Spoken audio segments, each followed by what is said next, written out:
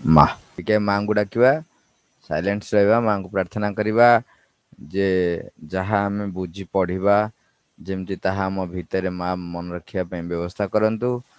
Okay ମା ମା okay. ଜ୍ୟାମିତି ଆମେ ଅଲରେଡି ଛୋଟ ବେଳୁ ଏଇ ଜ୍ୟାମିତି ସହିତ ପରିଚିତ। କାହିଁକି ନା ଆମେ ଜନ୍ମ ହବା ପରେ ଯୋଉ ଯୋଉ ଜିନିଷ ବି ଆମ ଚତୁଃପାର୍ଶ୍ଵରେ ଦେଖୁଛେ ସବୁ ଯାକ ହିଁ ଜ୍ୟାମିତି ଭିତରେ ଇନକ୍ଲୁଡେଡ। ସବୁ ଯାକ ଜିନିଷ ଥଇ ଯେମିତି ଭିତରେ ଅଛି, କିନ୍ତୁ ଧୀରେ ଧୀରେ ଆମେ ପାଠ ଯେତେବେଳେ ପଢୁଛୁ କେବଳ ତାକୁ ଭାଷାରେ ଜାଣୁଛୁ। ଓକେ ଆଉ ସେଇଟାର ଗୋଟେ ଅର୍ଥ ତମେ ବି ଷଷ୍ଠ ନା ସପ୍ତମରେ ପଢିଥିଲ।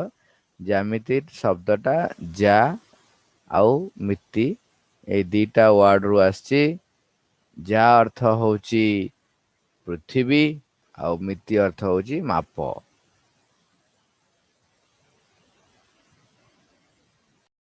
ଇଂରାଜୀରେ ଯୋଉଟା ଆମେ କହୁଛୁ ଜିଓମେଟ୍ରି,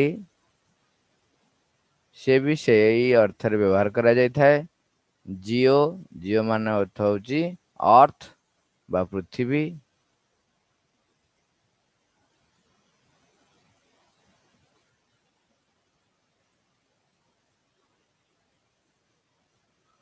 କାଗଜରେ ଲେଖିଲେ ଅକ୍ଷର ଟା ସୁନ୍ଦର ହୁଏ। ରାଇଟିଂ ପ୍ୟାଡ ରେ ଅକ୍ଷର ଟିକେ ତା ନିଜ ଇଚ୍ଛା ଅନୁସାରେ ହଉଛି। ମେଟ୍ରନ ମେଟ୍ରନ ଅର୍ଥ ହଉଛି ମାପ। ଓକେ ଏଇ ଶବ୍ଦ ଅର୍ଥରୁ ହିଁ ଦିଟାକ ଆସିଛି। ଆ ଭିତରେ ଯେତେବେଳେ ଆମେ ଜ୍ୟାମିତି ଭିତରକୁ ପଶିବା ସେଥିରେ ଅନେକ ଜିନିଷ ଅଛି। ଆମର ଜଷ୍ଟ ଟିକେ ଜାଣିବା ପାଇଁ ଆଗ ଟିକେ ଜାଣିଦବା, ଯଦିଓ ତାହା ଇତିହାସ ଭଳିଆ ଲାଗିପାରେ। ୟୁକ୍ଲିଡଙ୍କୁ ଜ୍ୟାମିତିର ଜନକ ବୋଲି କୁହାଯାଏ।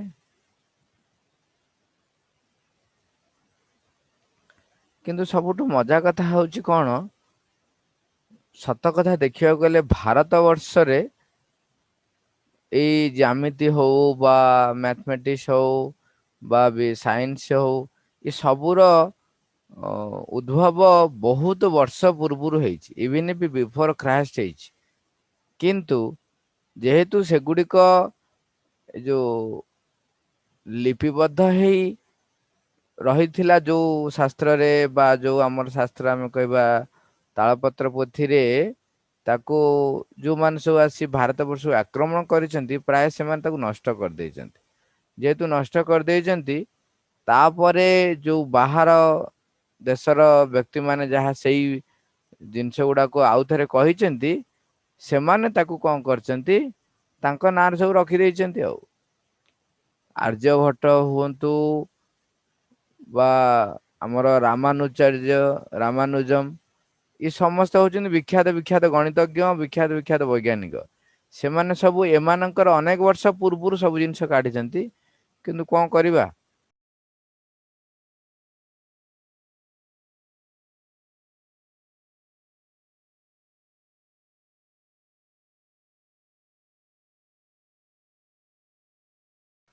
ଏବଂ ପ୍ରକୃତ ସତ୍ୟର ଯୋଉମାନେ ଅଧିକାରୀ, ଯୋଉମାନେ ଏ ସବୁର ଅଧିକାରୀ, ସେମାନଙ୍କ ନାଁ ବାହାରକୁ ବାହାରିବ। ଓକେ ତମେ ଜାଣିଛ ଯେ ପ୍ରକୃତରେ ବିଶ୍ଵର ପ୍ରଥମ ସର୍ଜନ, ଆମେ ଯଦିଓ ଫାଦର ଅଫ ମେଡିସିନ କହୁଛୁ ଅଲଗା ଲୋକଙ୍କୁ, କିନ୍ତୁ ସୁଶ୍ରୁତ ପ୍ରଥମେ ସର୍ଜରୀ କରିଥିଲେ, ସେ ପୁଣି ବିଫୋର ଖ୍ରାଇଷ୍ଟ। ତେଣୁ ଏଗୁଡାକ ସେମାନେ ଭାରତ ବର୍ଷକୁ ତଳେ ରଖିବା ପାଇଁ ଚେଷ୍ଟା କରିଛନ୍ତି। ତେଣୁ ସେଗୁଡାକ ଆଉ ନାଁ ଗୁଡାକ ସେମାନେ ଜେନେରାଲାଇଜ କରୁନାହାନ୍ତି। ହଉ ଆମେ ଜ୍ୟାମିତି ଭିତରେ ଦେଖିବା, ଦି ପ୍ରକାରର କଥା ଆସେ। ଗୋଟେ ହଉଛି ସଂଜ୍ଞା ବିହୀନ, ଆଉ ଗୋଟେ ସଂଜ୍ଞା କୃତ। ତାମାନେ କେତେ ଗୁଡେ କଥା ଅଛି ବା ଥାଇପାରେ ଯୋଉଟାକ ସଂଜ୍ଞାରେ ପ୍ରକାଶ କରି ହୁଏ ନାହିଁ। ସେଗୁଡିକ ଆମେ କହୁଛନ୍ତି ସଂଜ୍ଞା ବିହୀନ ପଦ। ଯେଉଁଗୁଡାକ ସଂଜ୍ଞାରେ ପ୍ରକାଶ କରି ହୁଏ, ସେଗୁଡାକ ହଉଛି ସଂଜ୍ଞାକୃତ।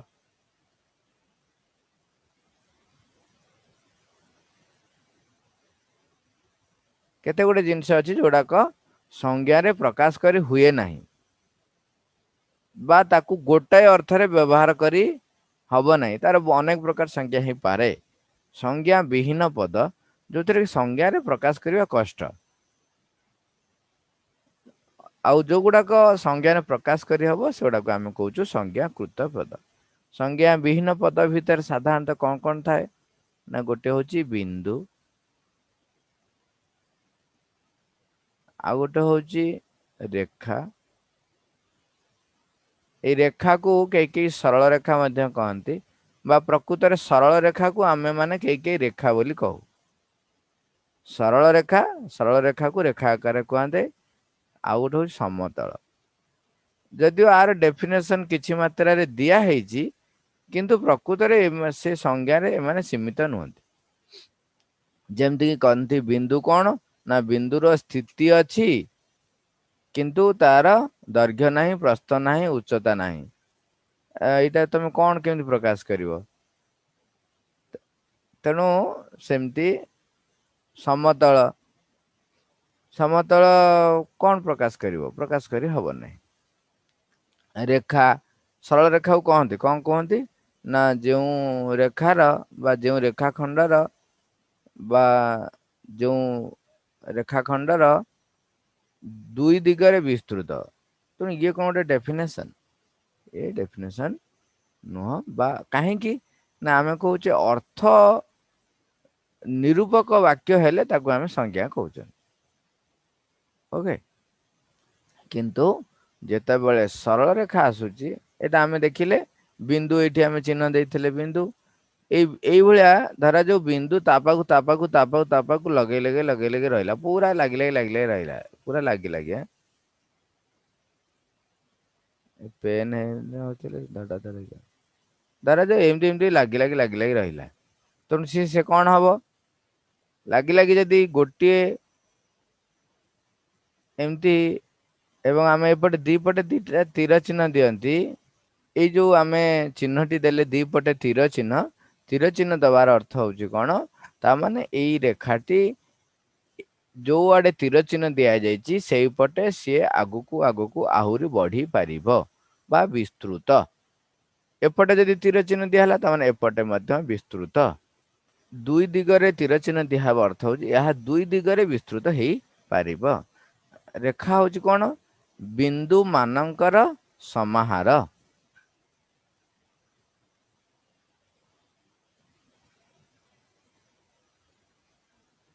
ଏହା ଦୁଇ ଦିଗରେ ବିସ୍ତୃତ। ଆକୁ କଣ କହନ୍ତି? ଅସୀମ। ତାମାନେ ଆର ସୀମା ନାହିଁ। ସୀମା ଯାହାର ଥିବ ତାକୁ କୁହାଯାଏ ସସୀମ। ଗୋଟେ ଦିଟା ବିନ୍ଦୁ ଦେଲେ, ଏ ଦିଟା ବିନ୍ଦୁ ଦେଇକି ଗୋଟିଏ ରେଖା ହିଁ ହେଇପାରିବ। ଆଉ ଦିଟା ରେଖା ହେଇପାରିବ କି? ହେଇପାରିବ ନାହିଁ।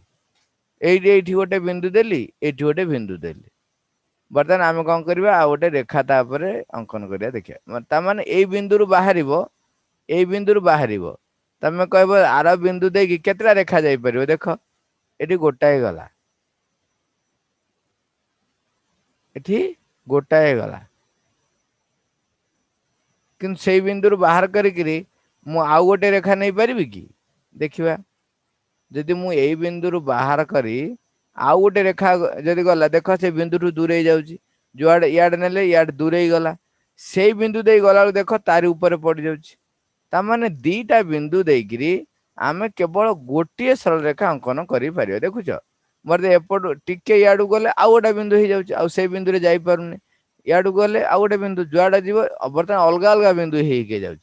କିନ୍ତୁ ସେଇ ବିନ୍ଦୁ ଦେଇକିରି କେବଳ ସେ ଗୋଟିଏ ସରଳ ରେଖା ହିଁ ଯାଇପାରିବ।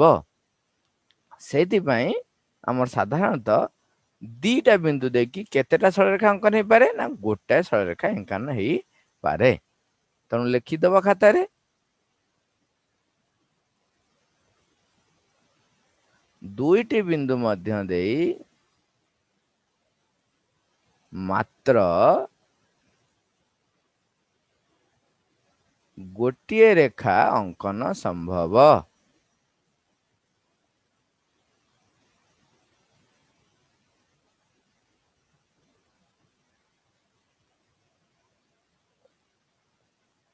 ଏଠି ଆଉ ଦି ଚାରିଟା କନସେପ୍ଟ ଆମେ ଦେଖିବା। ଆମେ ଯେ ତୀର ଚିହ୍ନ ବିଷୟରେ ଦେଖୁଥିଲେ, ବର୍ତ୍ତମାନ ସେଇ ତୀର ଚିହ୍ନ ବିଷୟରେ ଦେଖିବା। ଧରାଯାଉ ଏଇଠି ଗୋଟେ ବିନ୍ଦୁ, ଏଇ ବିନ୍ଦୁ ଦେଇକିରି ଯେତେବେଳେ ମୁଁ ଗୋଟେ ରେଖା ଅଙ୍କନ କରୁଛି, ଯଦି ମୁଁ ଏମିତି ବଢେଇ ବଢେଇ ଯିବି, ମୁଁ କହିବି ନାଇଁ ମୋର ରେଖାଟି ଏଇ ଡାହାଣ ପଟେ ବିସ୍ତୃତ, ଅନନ୍ତ ଦୂରତା ପର୍ଯ୍ୟନ୍ତ ବିସ୍ତୃତ। ତାହେଲେ କଣ ହେଲା, ଏଇଟା ଗୋଟିଏ ଦିଗରେ ଯେତେବେଳେ ବିସ୍ତୃତ ହେଲା ତାକୁ କୁହାଯାଏ ରଶ୍ମି। ଯଦି ଦୁଇ ଦିଗରେ ବିସ୍ତୃତ ହେଇଗଲା ତାକୁ ଆମେ କଣ କହିଲେ, ରେଖା। ଏଇଟା ଆମେ କହିଲେ ସରଳ ରେଖା ବା ରେଖା। ଇଏ ଦୁଇ ଦିଗରେ ବିସ୍ତୃତ। ଯେତେ ଗୋଟିଏ ଦିଗରେ ବିସ୍ତୃତ ସେଟା ହେଲା ରଶ୍ମି। ଯଦି ଆଉ ଗୋଟେ ଏଠି ଅଙ୍କନ ହେଲା ଯେ କି ଏଉଠୁ ଏତିକି ବାଟ, ତା ମାନେ ତାର ଏକ ନିର୍ଦ୍ଦିଷ୍ଟ ମାପ ପର୍ଯ୍ୟନ୍ତ ସେ ରେଖାଟି ଅଙ୍କନ ହେଇଛି, ତାହେଲେ ତାକୁ କୁହାଯାଏ ରେଖା ଖଣ୍ଡ। ତା ମାନେ ଏହା ଗୋଟିଏ ବିନ୍ଦୁରୁ ଆରମ୍ଭ ହେଲା, ଏଇଭଳି ଯାଇ ଏକ ଏକ ସୀମା ତାର ରହିଛି, ଯୋଉ ସୀମାରେ ଯାଇ ସେ ରେଖାଟି ଅଙ୍କନ କଣ ହେଇଛି ନା ସରି ଯାଇଛି, ସମାପ୍ତ ହେଇଛି, ବନ୍ଦ ହେଇଛି। ତାମାନେ ଏହା ଏକ ସସୀମ, ତାମାନେ ଏହାର ଦି ପଟେ ସୀମା ରହିଲା, ତେଣୁ ଆକୁ କୁହାଯାଏ ରେଖା ଖଣ୍ଡ। ଏଇଟା ଆସିଗଲା ସସୀମ। ରଶ୍ମି ଅସୀମ, କିନ୍ତୁ ଏହା ଗୋଟିଏ ଦିଗରେ ବିସ୍ତୃତ। ରେଖା ହଉଛି ଅସୀମ, କିନ୍ତୁ ଏହା ଦୁଇ ଦିଗରେ ବିସ୍ତୃତ ହେଇପାରିବ। ହେଲା, ଇଏ ହଉଛି କେତେ ଗୁଡିଏ କନସେପ୍ଟ ତା ଭିତରେ। ଏଇଠି ବର୍ତ୍ତମାନ ଆମେ ଆଉ ଗୋଟେ କନସେପ୍ଟ ଦେଖିବା। ଧରାଯାଉ ଆମେ ତିନିଟା ବିନ୍ଦୁ ନବା, ଏଠି ଗୋଟେ ବିନ୍ଦୁ ନବା, ଏଠି ଆଉ ଗୋଟେ ବିନ୍ଦୁ ନବା, ଏଇଠି ଗୋଟେ ବିନ୍ଦୁ ନବା। ବର୍ତ୍ତମାନ ଏଇ ତିନିଟା ବିନ୍ଦୁ ନେଇକି ଯଦି ଆମେ କହିବା ଆମେ ରେଖା ଖଣ୍ଡ ଅଙ୍କନ କରିବା ବା ସରଳ ରେଖା ଅଙ୍କନ କରିବା, ଯଦି କରିବା, ଧରାଯାଉ ଏଇ ବିନ୍ଦୁରୁ ଗୋଟେ ବାହାରିଲା ଏଉଠୁ, ଇଆଡେ ପଳେଇଲା, ନା ଆମେ କହିବା ନା ଆମେ ସେଇ ବିନ୍ଦୁରୁ ବାହାର କରିବା। ସେଇ ବିନ୍ଦୁରୁ ବାହାର କଲେ ବର୍ତ୍ତମାନ ଆମେ ଜାଣିଥିଲେ ଦିଟା ବିନ୍ଦୁ ଦେଇ ଗୋଟିଏ ରେଖା ହବ, ଇଏ ହେଲା ଗୋଟିଏ।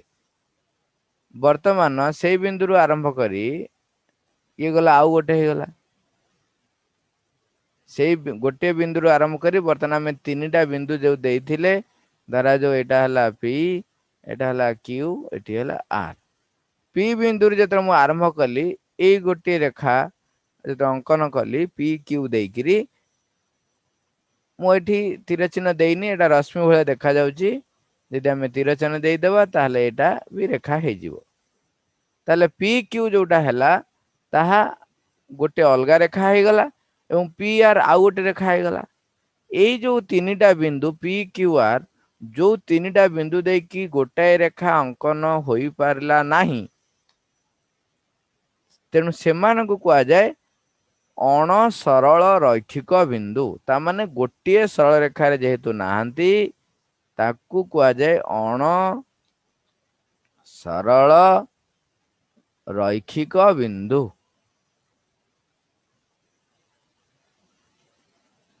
ତାମାନେ ସେଇ ବିନ୍ଦୁ ଗୁଡିକ ଗୋଟିଏ ସରଳ ରେଖାରେ ନାହାନ୍ତି। ଯେଉଁ ବିନ୍ଦୁ ଗୁଡିକ, ତେଣୁ ଅଣ ସରଳ ରେଖ ବିନ୍ଦୁ କାହାକୁ କୁହାଯିବ ନା ଯେଉଁ ବିନ୍ଦୁ ଗୁଡିକ ଗୋଟିଏ ସରଳ ରେଖାରେ ନାହାନ୍ତି ବା ଅବସ୍ଥିତ ନାହାନ୍ତି,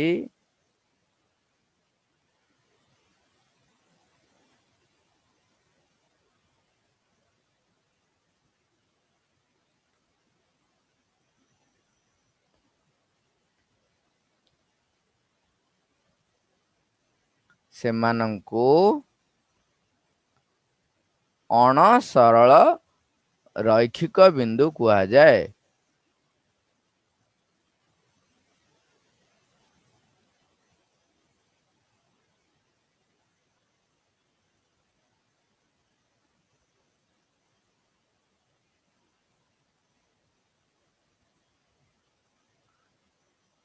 ଆଉ ମଧ୍ୟ ସେଇ ଅଣ ସରଳ ରୈଖିକକୁ ଆଉ ଏକ ଶବ୍ଦରେ କୁହାଯାଏ ନୈକ ରେଖୀ।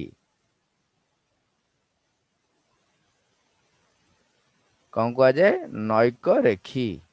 ନାଇଁ, ରେଖୀଟା ଦୀର୍ଘଇ, ନୈକ ରେଖୀ ମଧ୍ୟ କୁହାଯାଏ। ତା ମାନେ ଯଦି ମୁଁ ତିନିଟା ବିନ୍ଦୁ ଅଙ୍କନ କରିବି, ଯୋଉ ବିନ୍ଦୁ ଗୁଡିକ ସେଇ ସରଳ ରେଖା ଉପରେ ରହିଲା, ତେଣୁ ସେମାନଙ୍କୁ ସରଳ ରେଖୀୟ ବିନ୍ଦୁ କୁହାଯାଏ। ଏଇଟା ସେ ବୁଝି ହଉଛି। ଯଦି ମୁଁ ଯେକୌଣସି ତିନିଟା ବିନ୍ଦୁ ନେଲି, ଧରାଯାଉ ଏଠି ନେଲି ଏ, ଏଠି ଧରିଲି ବି, ଏଠି ହେଲା ସି। ଏଇ ଏ ବି ସି ତିନିଟା ଯାକ ବିନ୍ଦୁ ଗୋଟିଏ ସରଳରେଖାରେ ଅବସ୍ଥିତ। ତେଣୁ ସେମାନଙ୍କୁ କଣ କୁହାଯିବ ନା ଏକ ରେଖୀ ବିନ୍ଦୁ ବା ସରଳ ରୈଖିକ ବିନ୍ଦୁ। ସରଳ ରୈଖିକ ବିନ୍ଦୁ ବା ତାକୁ କୁହାଯାଏ ଏକ ରେଖୀ ବିନ୍ଦୁ। ତା ମାନେ ଯେଉଁ ବିନ୍ଦୁ ଗୁଡ଼ିକ ଏକ ସରଳ ରେଖାରେ ଅବସ୍ଥିତ ହୁଅନ୍ତି, ସେମାନଙ୍କୁ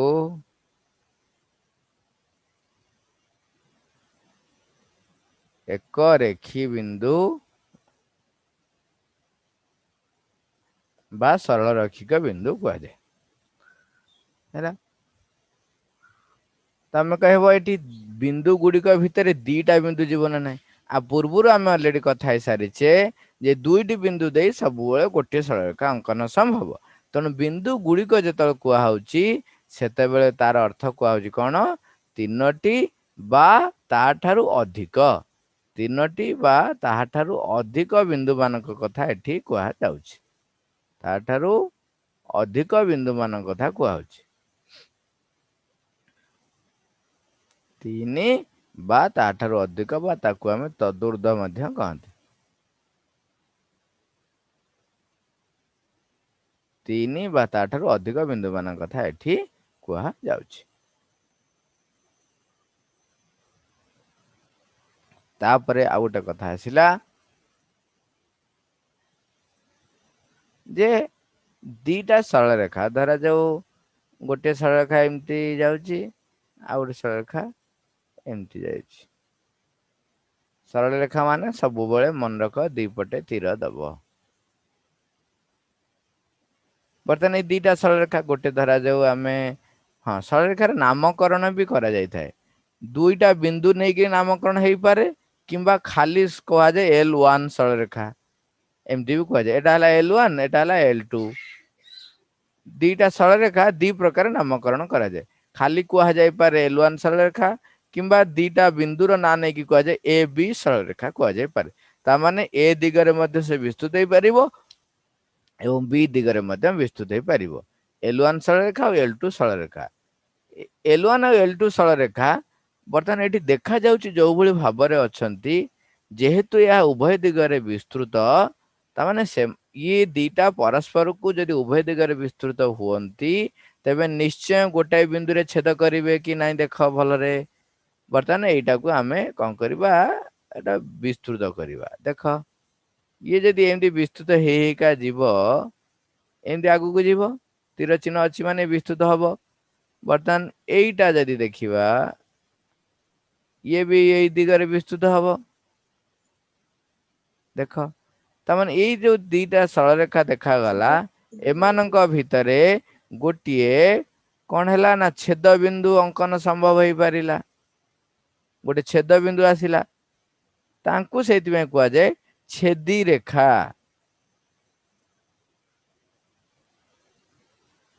ତେଣୁ ଯୋଉ ସରଳ ରେଖା ଦୁଇଟି ପରସ୍ପରକୁ ଗୋଟିଏ ବିନ୍ଦୁରେ ଛେଦ କରିବେ, ସେମାନଙ୍କୁ କୁହାଯିବ ଛେଦି ରେଖା। ଯଦି ସେ ରେଖା ଦ୍ୱୟ ପରସ୍ପରର ଛେଦ ବିନ୍ଦୁ ସମ୍ଭବ ହବ ନାହିଁ, ତେବେଳେ ସେମାନଙ୍କୁ କୁହାଯିବ ଅଣଛେଦି ରେଖା। ଏମାନେ ହେଲେ କଣ ନା ଛେଦି ରେଖା। ତାମାନେ ଏଇ ଦିଟା ଭିତରେ ଛେଦ ବିନ୍ଦୁ ସମ୍ଭବ। ଆଉ ଗୋଟେ ଅଛି ଅଣଛେଦି ରେଖା। ଯଦି ସେମାନଙ୍କ ଭିତରେ ଛେଦ ବିନ୍ଦୁ ସମ୍ଭବ ହେଲା ନାହିଁ, ତାହେଲେ ସେମାନଙ୍କୁ ଅଣଛେଦି ରେଖା କୁହାଯିବ। କେମିତି?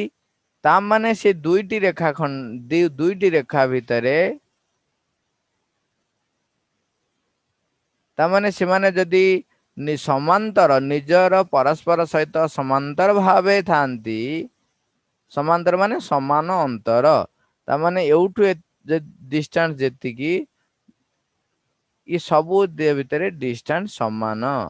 ଯଦି ସମାନ ହେଲା, ଇଏ ଯେତେ ବି ବିସ୍ତୃତ ହେଲେ तार एपट दिगरे हो बा वाम दिगरे हो बा डाहाण दिगरे हो जेते भी विस्तृत हेले कौन हब सबुआडे दुईटी रेखा भितरे अंतर समान जदि अछि तेबे सेमाने परस्पर को केबे भी छेद करिवे नाही तेणु सेमानकु अणछेदी रेखा कुआ जाए हला एई जो बर्तन हम छेदी रेखा को आउथरे जीवा एई जो छेदी रेखा हैला बर्तन आमे दक्षिण दिगरे बा डाहाण दिगरे आकु विस्तृत करथिले दीटा देखु L1 को आउ L2 को मन करे जो तमे कहबो तार बाँ दिगरे विस्तृत करिवा बा बी ए सरल रेखा को ए दिगरे कोन करिवा ना विस्तृत करिवा आउ गोटे बिंदु रे से माने छेद करिवे कि देखिवा मन करा जो ए बिंदु दिगरे मु एमती विस्तृत करूची एपटा को बर्तन पी दिगरे कली बर्तन कौन होउची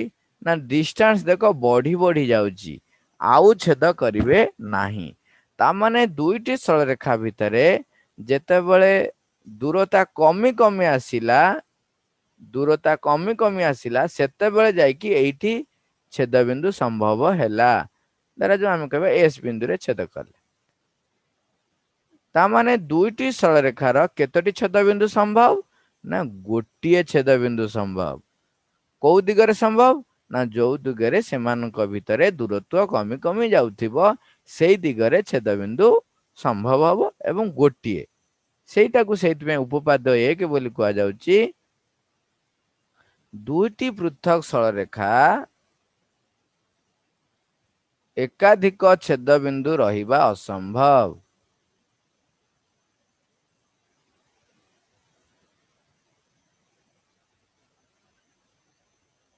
दुईटी पृथक सरलरेखार एकाधिक छेद बिंदु रहिबा असंभव बा सेमाने परस्पर को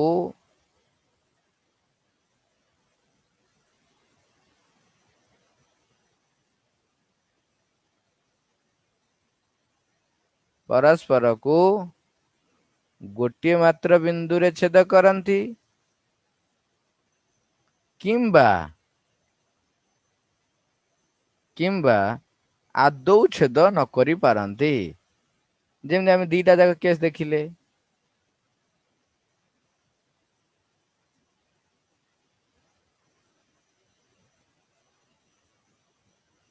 जदि से माने अणछेदी रेखा हिथिबे ताले से माने परस्पर को छेद करिवे नाही जदि से माने अणछेदी रेखा हिथिबे ताले से माने को छेद करिवे नाही एठी हम देखिले जदि से माने छेदी रेखा हिथिबे ताले से माने गोटे मात्र बिंदु रे छेद करिवा करिवे एकाधिक छेद बिंदु असंभव केमती आमे जदि कहबे प्रमाण कर तो प्रमाण मन पके दबा कोन ना आमे पढिचंती जे दुईटी बिंदु देकी गोटे मात्र छेद बिंदु संभव आमे कोन करबा L1 और L2 आमे दुईटी सरल रेखा नेले यदि प्रमाण करिया को कहला एठी हम जोडा नैचे सेटा L1 और L2 दुईटी सरल रेखा नेले आमे एवं माने करा जाऊ L1 और L2 रे अति कम रे दुईटी छेद बिंदु रहिछि बोली आमे भाबिबा P आउ Q एकाधिक छेद बिंदु रहिबा असंभव कहिछि आमे टिके उल्टा आडू जिबा आमे कहबा हां एकाधिक छेद बिंदु अछि दुईटी छेद बिंदु अछि कोन कोन P आउ Q किंतु आमे जानि चंदी कोन ना दुईटी पृथक बिंदु बा P आउ Q बा दुईटी पृथक बिंदु मात्र गोटिए सरल रेखा अवस्थित ताहेले बर्तन L1 आउ L2 भितरे जदि दीटा छेद बिंदु अछि P आउ Q ताहले से माने दीटा सरल रेखा नुहंती काहे कि ना P आउ Q भितर तो गोटाई मात्र छेद बिंदु हबो ना छेद बिंदु को गोटाई मात्र रेखा अंकन संभव हबो ता माने L1 L2 समान भिन्न नुहंती से माने असंभव से माने एकाठी हवा जो अलगा हवा असंभव तेणु दीटा जाक पृथक सरल रेखा रहिला जो भीतर देखी एक रु अधिक बिंदु संभव नुह छेद बिंदु हैला एटा हैला उपपाद्य 1 तापर आमे जो समतल कथा कथा होतिले समतल रो संज्ञा प्रकृत रे सेटा संज्ञा विहीन पद कुआ जाए କିନ୍ତୁ ଆମେ ବୁଝିବା ପାଇଁ ଏହା କହିପାରିବା ବା ଆମେ ଦେଖିଛନ୍ତି କଣ ଆମେ ସାଧାରଣତଃ ଛୋଟ ବେଳୁ ପଢି ଆସିଛନ୍ତି କଣ ନା ପକ୍କା ଘରର ଚଟାଣ,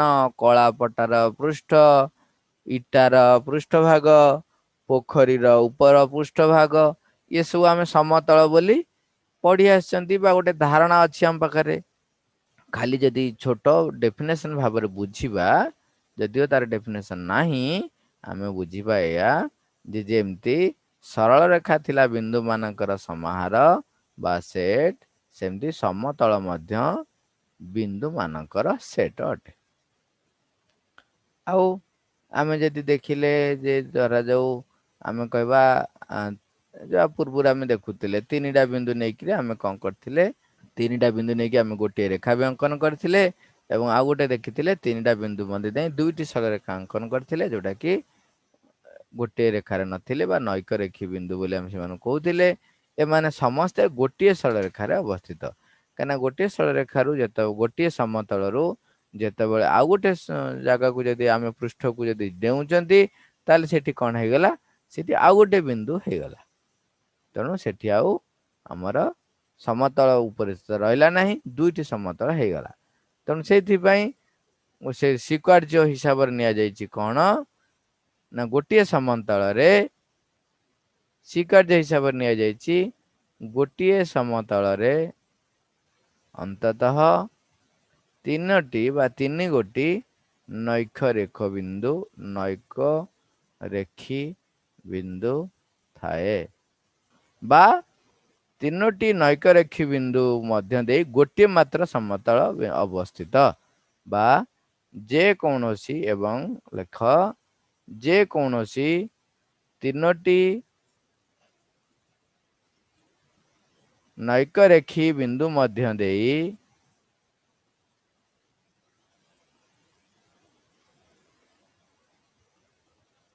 ଗୋଟିଏ ମାତ୍ର ସମତଳ ଅବସ୍ଥିତ।